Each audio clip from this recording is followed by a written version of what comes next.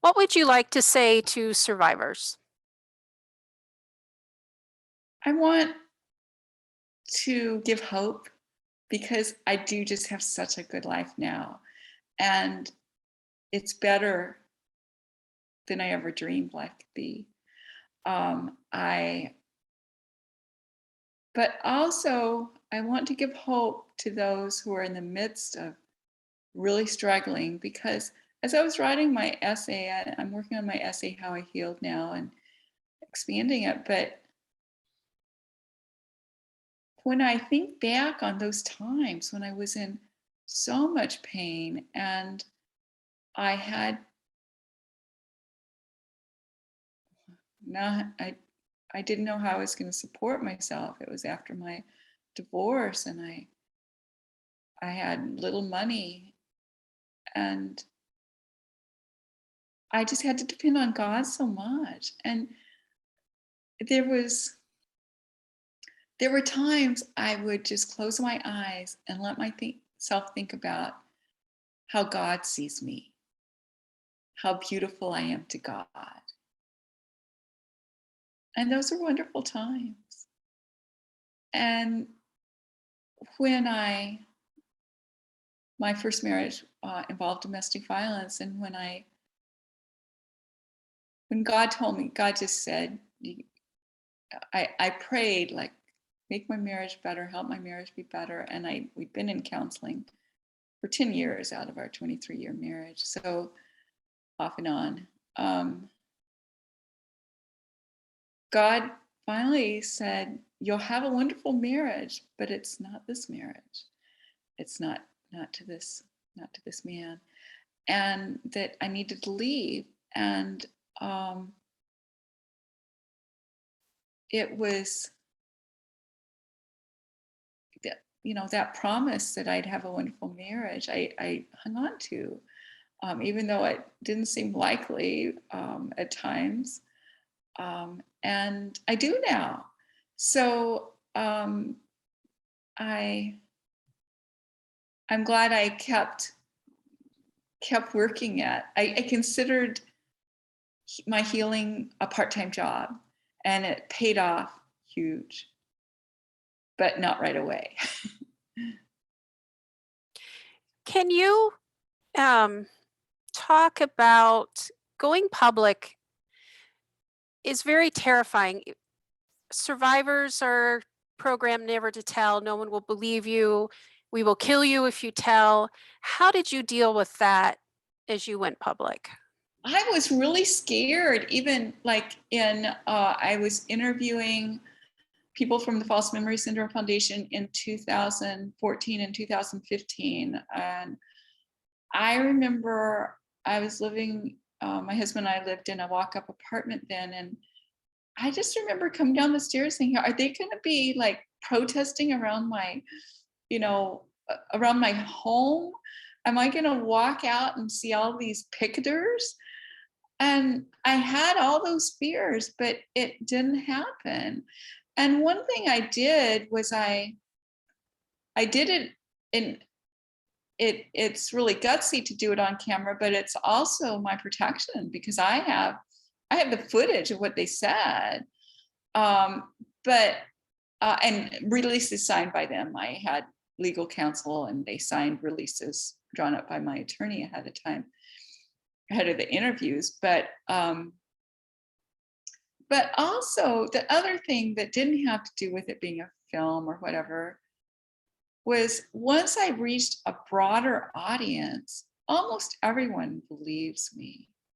I've gotten hardly any negative statements from anyone. I've gotten, a few, but so very few. And like if viewers want to go on to the YouTube channel that has my film and look at those comments, they're almost all wonderful, positive comments. I have two films on that. One is why my mother molested me, and it's a 2-minute clip. It's very triggering, so be careful if you choose to watch it. And maybe you don't want to watch it, maybe you just want to look at the comments. But I get people saying, I love you, Mary, and people with concerns for me. The people who are saying you're not going to be believed are, I mean, they can control a certain amount. Your perpetrators can control a certain amount of people. And if that's all who know about it, if it's only your family, your siblings who, you know, your parents, if it's only people related to your perpetrators who you go public to, you're not going to be believed. But when you get out of that realm, when you're talking to people who are in no way related to your perpetrators, you're very likely to be believed, is what I found.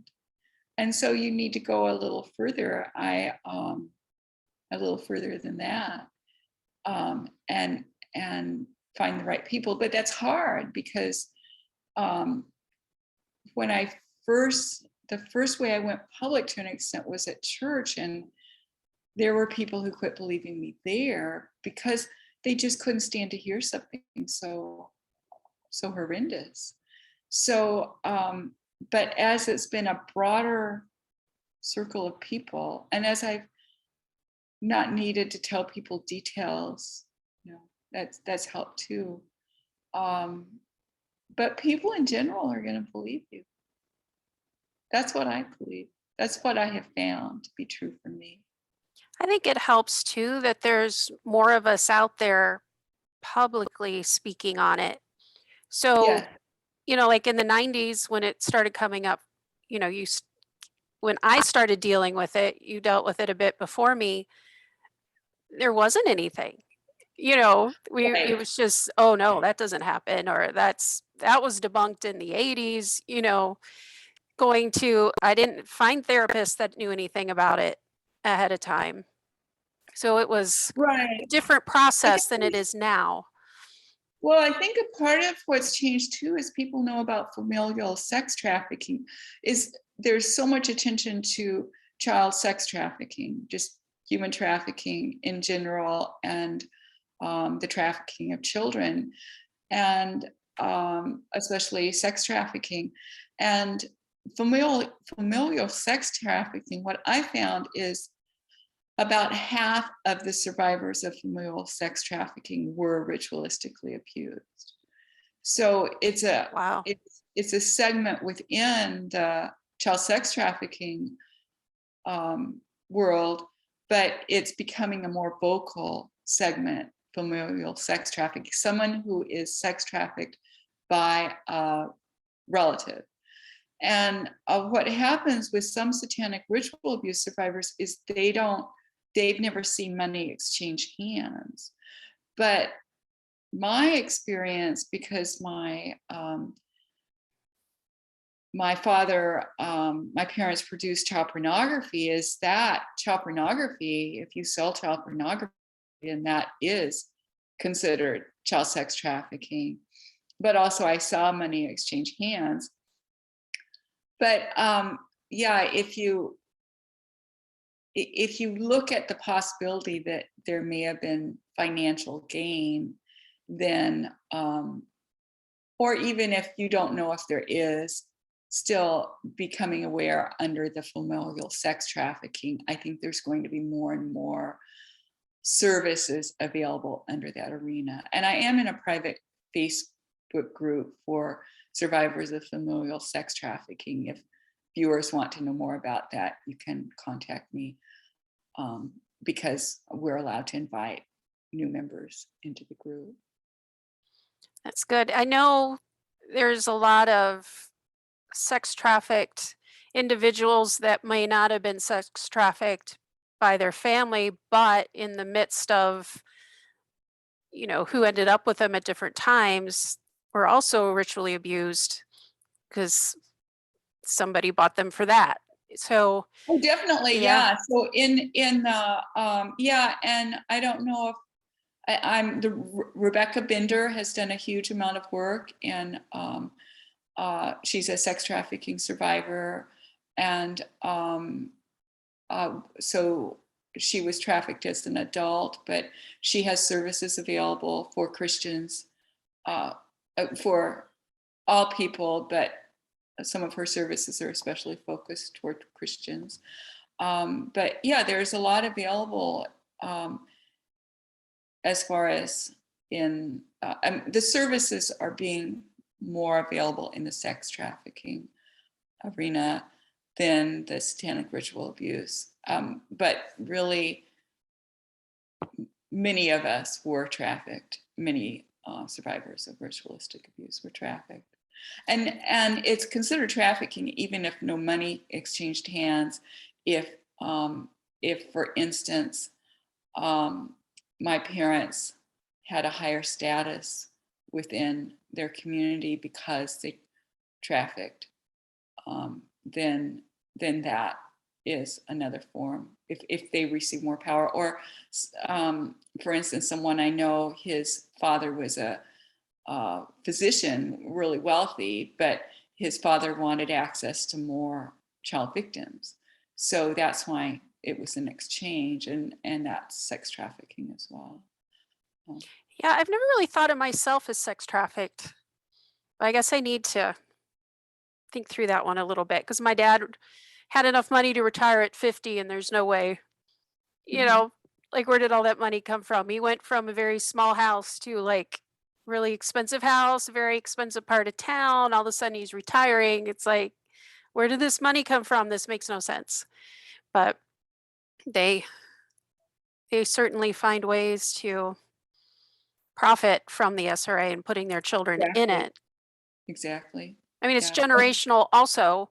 It's expected you're going to produce your children for Right. it, but they get compensated for it Right. as There's well. money to be made in it. There's huge amounts of money to be made in it. So Right. yeah, I think that I think for me that was one thing that made it easier to be believed, or maybe to believe myself, the fact that I knew, because I do remember them sending out photographs of me, child pornography, uh, and everyone knows child pornography exists. I mean, you can't say no, there's no child pornography. Right. I really appreciate you coming on today, and I hope my viewers connect with your websites and your page, and get your memoirs and watch your films, and just keep going. I am Thank you. just so impressed by you, and I'm honored that you took the time to be with us today. Thank you.